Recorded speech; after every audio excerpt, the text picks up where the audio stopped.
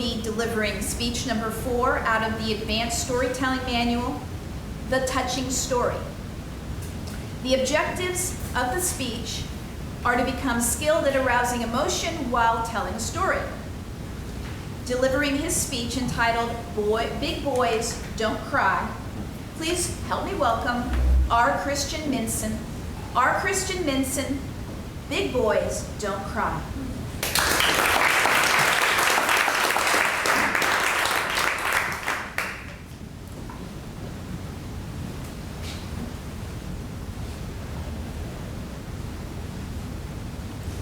Instilled in the hearts and minds of almost every young American male is a singular directive principle. Big boys don't cry. And if your father was a career military officer like mine was, life as a boy was very simple. Strength is praiseworthy. Weakness is disappointing. And emotions, especially tears, were weakness. Now, when it came to disappointing my father, I was no risk taker. So, as a young child, I made a firm resolve. I would become the dry-eyed poster child. Big boys don't cry.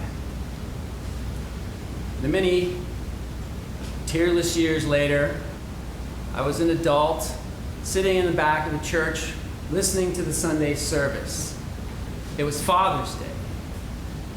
The sermon and the minister were both fairly dry and boring. My thoughts were already placed on what I'd be eating in the temple potluck afterwards. However, as he came to a close, what I was about to hear would change my life and the way I feel about my father and expressing my emotions forever. The minister started, Your relationship with your father isn't always easy. He can be very critical and exacting. Ain't that the truth? I muttered under my breath. However, he caught my attention. That doesn't mean that your father doesn't have a love for you deep down inside. Since it's Father's Day, I'd like to close this sermon by reading you a poem. This is a poem from a father to his son, who was overseas fighting in World War II. I think it sums up the feelings of a father.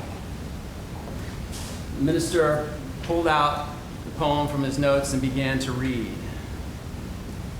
You know, son, it's a funny thing how close a war can really bring a father for who with years with pride has kept his emotions deep inside. I found myself strangely connecting to this poem. This seemed to describe my father. He was a man of war. He also kept his feelings inside. I wonder if he could write a poem like this. The minister continued to read. I'm sorry, son. When you were small, I let reserve build up that wall. I told you real men never cried, and it was Mom who always dried your tears and smoothed your hurts away, so that soon you went back out to play. Now, the usher next to me was already reaching for his Kleenex. Cry, baby. However, I have to admit my eyes were getting a little glazed myself. Nothing to be concerned about, mind you. Big boys don't cry. However, memories from my past started to come to me. I remember sitting on the floor as a small child, crying about something trivial, the towering figure of my father storming towards me with his arm raised. You want to cry? I'll give you something to cry about. In complete petrified by his tone of voice and the hand that was about to come down and swat me, I booked it to the bathroom and locked the door, crying twice as loud and not coming out until he went away and I could be consoled by my mother. The minister read on. But son, deep down within my heart, I long to have some little part in drying that small tear-stained face. But we were men. Men don't embrace. Now my eyes were getting watery. I could feel the torment in his father's soul as he wanted so desperately to reach out to his son, and yet found himself confined by his very own conditioning. I could feel this torment because it was my own, except I was the child on the other side of that equation, always wanting my father to show some of that affection to me, but never seeming to get it. Then I began to think, well, how would I handle this situation? Well, first of all, I wouldn't be so cold and distant in the first place.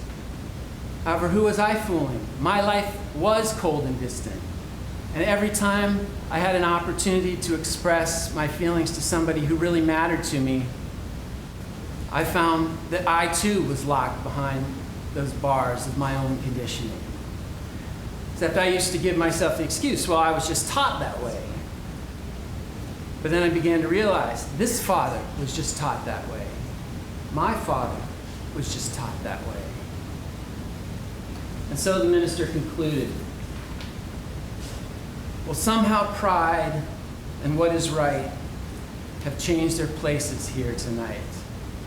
And I find my eyes won't stay quite dry, and that men sometimes really do cry.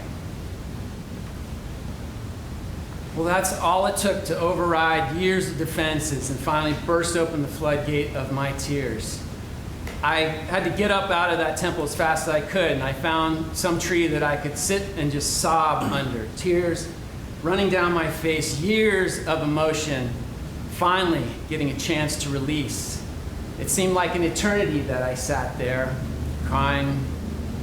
And finally, as the tears began to subside, I got up, dusted myself off, went into the temple bathroom, splashed some water on my face. And as I looked into the mirror, I was amazed at the transformation that this cathartic experience had produced. I cried that day out of release for a hope of having some kind of emotional connection with my father. I cried that day out of compassion and forgiveness. Compassion for this father in the poem, for my father, and for all men who find themselves locked in a prison, a self-created prison of emotional indifference. And I found myself crying out of hope. Hope for a culture who runs dangerously close to being disconnected from our feelings and from each other. And hope for myself that if I could express my feelings openly, that I might serve as an example for other men to do the same, just as this father in the poem had been a liberating example for me. So maybe it's true, big boys don't cry.